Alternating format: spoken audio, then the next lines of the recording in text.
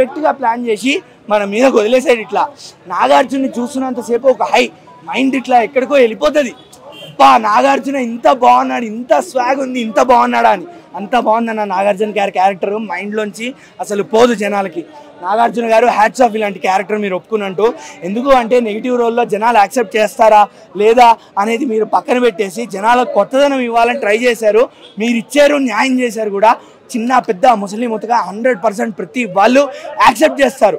Negative రోల్ని ఎలా accept చేస్తారు అంటారా, నాగార్జున గారు అలా యాక్ట్ చేశారు. నాగార్జున గారు అలాంటి క్యారెక్టర్ని మనకి అలా చూపించారు, అందరూ యాక్సెప్ట్ చేసే విధంగా మనకు చూపించారు. అంత బాగుంది. ఇంకా రజనీకాంత్ గారి క్యారెక్టర్, రజనీకాంత్ గారి స్క్రీన్ ప్రెజెన్స్ గురించి మనం చెప్పక్కర్లేదు. బట్ అలాంటి క్యారెక్టర్ని, అలాంటి రజనీకాంత్ చరిష్మాని, అలాంటి పెద్ద సూపర్ స్టార్ని నాగార్జున గారు సింగిల్ హ్యాండెడ్గా డామినేట్ చేశారు. డ్యూయల్ సీన్స్లో కానివ్వండి, స్క్రీన్ ప్రెజెన్స్ కానివ్వండి, క్లియర్గా రజనీకాంత్ గారిని డామినేట్ చేశాడు. లోకేష్ మామ hats off, thank you Nagarjuna గారికి ఇంత మంచి కంబ్యాక్ ఇచ్చినందుకు. సెకండ్ ఫేజ్ ఇప్పుడు మొదలైంది నాగార్జున గారికి. Biggest comeback for Akkineni family ever. ఇంకా ఉపేంద్ర గారి క్యారెక్టర్, నా ఉపేంద్ర గారి క్యారెక్టర్కి ఎంత ఇంపార్టెన్స్ అంటే ఆయన క్యారెక్టర్ లేకపోతే సినిమా ముందుకెళ్ళదు. నాగార్జున గారి బెస్ట్ ఫ్రెండ్ అఫ్ కోర్స్, ఆయన క్యారెక్టర్ లేకపోతే సినిమా ముందుకెళ్ళదు. అన్న అనిరుద్ధ్ అన్న ఏం బీజిఎంలు కొడతావన్నా నువ్వు? ఇన్ని సినిమాలు చూస్తాము జనాలు, ఇన్ని సినిమాలు నువ్వు చేసావు, ఇన్ని సినిమాలకి బీజిఎం కొట్టావు, పాటలు ఇచ్చావు. ఇందులో ఇంతమంది స్టార్స్ ఉన్నారు కదా, ఇంతమంది క్యారెక్టర్స్ ఉన్నారు కదా, ప్రతి క్యారెక్టర్కి ఒక కొత్త బీజిఎంతో క్యారెక్టర్ని ఇంట్రడ్యూస్ చేస్తాడన్న. అసలు mind blowing BGM. Especially Upendra గారికి పడ్డ బీజిఎం ఏదైతే ఉందో, ఒక క్లాసికల్ టచ్ ఇచ్చి టకిటది అనుకుంటూ అసలు క్రేజీ బీజిఎం అన్న, బెస్ట్ బీజిఎం సినిమాలో.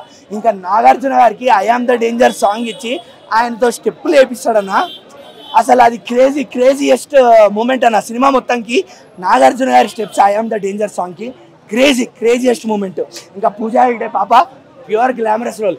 మోనికా మై మోనికా వస్తుంది, డ్యాన్స్ వేస్తుంది, వెళ్ళిపోతుంది అన్న. శోభిన్ అన్న డ్యాన్స్ రాదు అనుకుంటూ ఏం మెషిన్ అన్న డ్యాన్సు. అంటే ఎప్పుడైనా ఫిట్స్ రావడం చూసిరా జనాలకి, అలా ఫిట్స్ వచ్చినట్టు వేసిండన్న, కానీ అది డ్యాన్స్ లెక్క మంచి గ్రేస్తో చూపించింది మనకి. అంత బాగుండింది డ్యాన్సు, అంత బాగుండింది నిజంగా. శోభిన్కి డ్యాన్స్ రాదంటే ఎవరు నమ్మరు, అంత బాగా వేసిండు. ఇంకా ఎవరు మిగిలిపోయారు, అమీర్ ఖాన్ గారి క్యారెక్టర్ కూడా మంచిగా చాలా బాగుండింది. అంటే సౌత్ ఫిల్మ్ ఇండస్ట్రీకి అమీర్ ఖాన్ గారిని మంచిగా ఇంట్రడ్యూస్ చేయడం కూడా జరిగింది. అన్న బ్లైండ్గా నేను చెప్పేస్తా, సినిమా చూసి వచ్చాను కాబట్టి కాన్ఫిడెంట్గా చెప్తా. బ్లైండ్గా చెప్పినా కాన్ఫిడెంట్గా చెప్తా. నాగార్జున గారు ప్యూర్ డామినెన్స్ అన్న. నాగార్జున గారు ప్యూర్ డామినెన్స్. రజనీకాంత్ గారిని ఇప్పటి వరకు ఎవరైనా డామినేట్ చేయడం మీరు చూసారా? నేను చూసా. ఇప్పుడే పవర్ హౌస్ సినిమాలో, కూలీ సినిమాలో నాగార్జున గారు సింగిల్ హ్యాండెడ్గా ఇట్లా డామినేట్ చేశారు అంతే. ముఖేష్ కనగరాజు కాదు, అది ఫిలిం బై అనిరుద్ధ్. అంత మ్యూజిక్ బాగా కొట్టాడు, అనిరుద్ధ్ వల్లే సినిమా నిలబడింది. నాగార్జున గారు బాగుంది, ఎక్స్పెక్ట్ చేసిన అందరు యాక్టర్స్ బాగానే చేశారు. అనిరుద్ధ్ బీజం ఎత్తి ఇచ్చి పడేసిండు.